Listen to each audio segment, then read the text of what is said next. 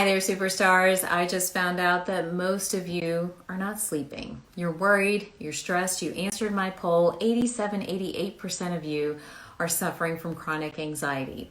Now, I know that nothing I say, or maybe even nothing I do, is going to change that and make that anxiety go away. But here's what I can do. I can at least set some foundation and set some boundaries for you to maybe get a good night's sleep and to lower that anxiety a little bit. Here are some of the things that I notice and that I hear over and over again. Many of you are keeping your phone right beside you before you go to bed. That means you're watching social media, news coverage of the pandemic or anything else, and getting more anxious before going to bed. That's not going to help your sleep. Why don't we try this instead? Why don't we take your phone and move it outside of your room, or at least move it 6 feet away, so that you're not as tempted to be on it right before bedtime. Instead, use that time to meditate, to pray, to journal, maybe to connect with a loved one. So we bring that cortisol and we bring that anxiety down a bit. If it's at a 10, maybe it'll come down to at least a 6, so you're in a better place to sleep. Make sure the temperature of your room is appropriate. We don't want it to be too warm or too cold. It needs to be at an intermediate temperature so that you're prone, or sort of primed is the better word, to falling asleep and hopefully staying asleep.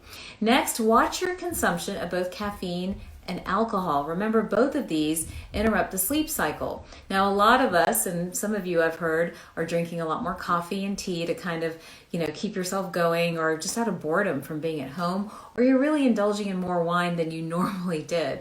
Now, here's the problem with alcohol and caffeine. They both interrupt the sleep cycle. So my suggestion is keep the caffeine limited and to before about 2 or 3 o'clock in the afternoon. And the wine, well, let's try to limit it, maybe down to half a glass to a glass at most a night. And for women, we really don't want to be over about 4 drinks a week. So keep that in mind as well if you're having trouble sleeping. And lastly, given the times and given the situation we're in, you may have to take something to help you both fall asleep and stay asleep.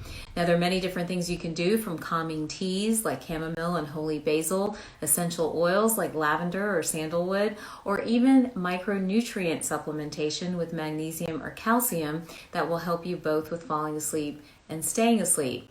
If you need a little bit more, there's so many others. There's GABA to calm your nervous system down. There's ashwagandha, that's an adrenal adaptogen magnolia bark that I have in Sleep Savior, one of my products, that helps you to both fall asleep and to stay asleep as well.